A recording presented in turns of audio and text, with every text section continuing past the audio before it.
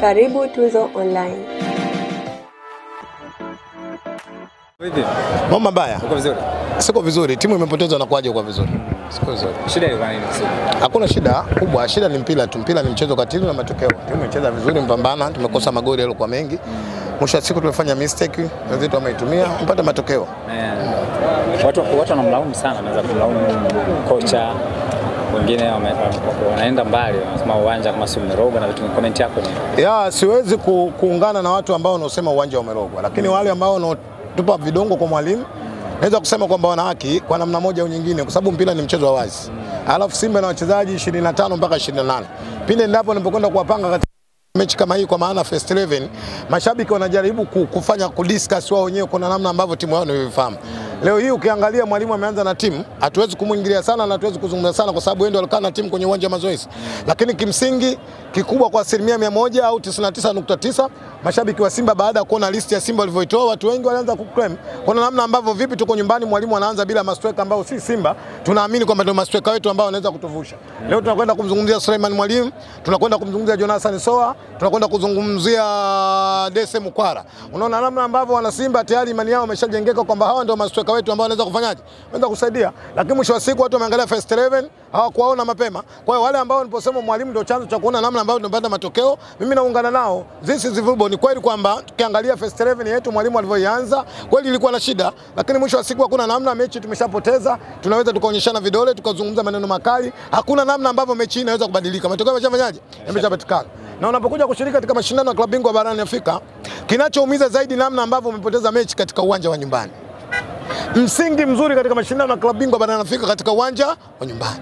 Na jambo ambalo tulozoea wana Simba, uwanja huu Benjamin Mkapa, tumeamini kwamba tumeweka sera kwamba uwanja Benjamin Mkapa hatoki mtu. Na leo kweli sera hiyo limekuwa imesimama vizuri. Takriban miaka 3 mpaka 4 iliyopita tumepoteza na Raja Casablanca katika uwanja Benjamin Mkapa katika mechi za kimataifa. Kwa hiyo leo ukiona namna ambavyo tumepoteza, ni jambo ambalo linaumiza, ni jambo ambalo limetugusa kila mwana Simba, kila mwana furaha, lakini hakuna namna. This is football, huu ndio mpira. Matokeo yameshatokea, hakuna namna, tumeyapokea. Unaona nafasi yenu ya kwenda kufuzu robo finali ambayo mmezoea. Hii ni ligi ya klabu bingwa barani Afrika. Tumepoteza nyumbani, ni jambo ambalo linasikitisha point 3. Lakini ni mechi ya kwanza. Katika mechi 6 bado tumebaki na mechi 5. Kikubwa mimi naamini kwamba kila mchezaji anajua umuhimu wa mashindano na ukubwa wa mashindano. Na anajua kila mwana Simba nini anahitaji saizi. Na anajua wana Simba wote walikuja Benjamin Mkapa, alikuwa hakuna mwenye furaha. Kila mmoja analia, machozi yanafanyaje? Yanatoka. Moja ya kufuta machozi haya ni wachezaji wetu. Kwenda kupambana kwenye jasho na damu, kuturudisha katika level ambayo mashabiki wa Simba na wana Simba wamezoea kuyaona. Walioanzia nyumbani nyinyi tu ndio mmepoteza, ndugu zenu jana pia walishinda. Sisi hatuna ndugu. Simba hatuna ndugu. Mna ndugu. Nasema Simba hatuna ndugu. Mna ndugu. Hatuna kwenye mpira. Na ndio maana leo timu yote ikija tunapambana nayo kutafuta pointi. Kwenye football Simba hatuna ndugu. Leo mwandishi neno hilo ondoa. Kwa niaba wana Simba wote na wasembea Simba hatuna ndugu kwenye mpira. Kwa hamna ndugu kabisa. Hatuna ndugu na mtu wote kwenye mpira.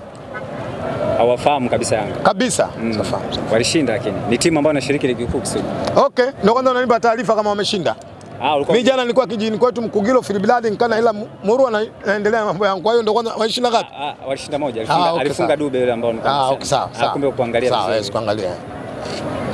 Naam, wale ambao wanamlaumu kocha kwa mechi moja, lakini ukiangalia pia ile mechi ya JKT Tanzania unaona namna ambavyo mlistruggle sana. Brother, hii ni klabu bingwa barani Afrika. Ina uzito wake. Moja uko na janti katika soka la barani Afrika, maana yake lazima upate matokeo wapi? Nyumbani. Na unaweka standard nzuri.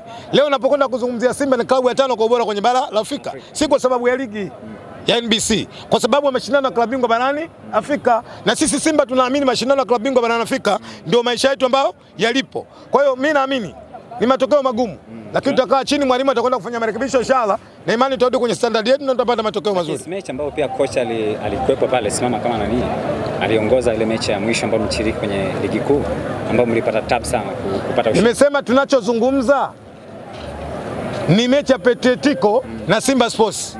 Simba tumepoteza point 3 katika uwanja Benjamin Mkapa. Tumeumia wana Simba. Leo kwenda kujadili namna ambavyo tumecheza na JKT Tanzania, mimi nafikia so suru.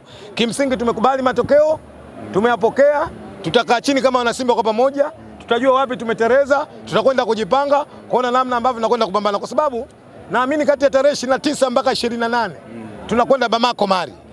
ni mechi ngumu, ni mechi ambayo wenzetu wameanza vizuri ugenini, wamepata suluhu.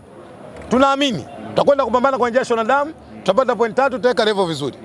Alama za leo tunampana. Jinsi football hakuna mtu akulaumiwa. Simba imefungwa, tumeumia wana Simba wote. Unaenda wapi sasa Kisugu? Wewe sasa unauliza mimi nenda wapi? Unaona sio kada si ya kuzoea Kisugu.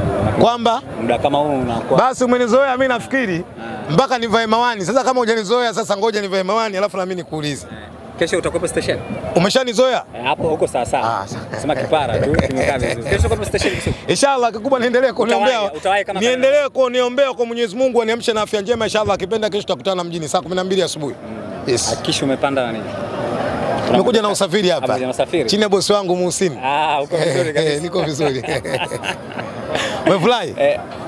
Mimi sijafurahi. Sasa hujafurahi vipi? Kama taifa, kama mzalendo wa nchi, Simba inapofungwa hatujazoea haya maisha. Jana si ulipata furaha unasema? Jana mimi sikufurahi. Asante, niwashukuru sana waandishi. Shukrani sana. Wakae chini, walifanyia tathmini ili kuona namna ambavyo standard ya Simba inarejea na mashabiki wanapata furaha. Kisugu, mnachohitaji nini sana hasa baada ya matokeo? Shabiki siku zote anahitaji matokeo mazuri kwenye mpira. Hakuna namna. Leo timu hata nikipewa mimi Kisugu, ikipata matokeo mashabiki wanafanyaje? Wanashangilia. Kwa hiyo sisi mashabiki tunachokihitaji kuna namna ambavyo tukija katika uwanja Benjamin Mkapa tunapata matokeo mazuri na tunapata point 3. Kisugu, kwa kikundi linapangwa mkasema nyewe kundi lenu ni jepesi. Sema Young Africa mkasema kundi lake. Unawasemea wana Simba. Hakuna mwana Simba aliyesema kundi jepesi. Mashindano ya klabu bingwa barani Afrika hakuna timu nyepesi. Maana yake unapokwenda kuangalia mashindano ya klabu bingwa barani Afrika kuna timu 16. Katika hizi timu 16 watu walioingia katika mashindano yale kushiriki zaidi timu 60 na leo wamebaki vipi 16 useme kundi jepesi? Sisi kundi letu gumu na watu wameshuhudia kwa timu gumu. Jana timu ya pili au ya tatu kwa ubora katika bara la Afrika, Experience ya Tunisia, si ndio? Amepata suluhu nyumbani kwake. This is football. Kwa hiyo mimi naweza kusema kwamba kundi sio jepesi, ni kundi gumu, ni kundi. Nawasemea mashabiki wa Simba. Kabla mechi hajaanza mashabiki wa Simba leo baada ya kuona timu yao walikuwa wanasema mwalimu namna ambavyo first 11 alivyoipanga kuacha masweka watatu ndio malalamiko yalikoanza.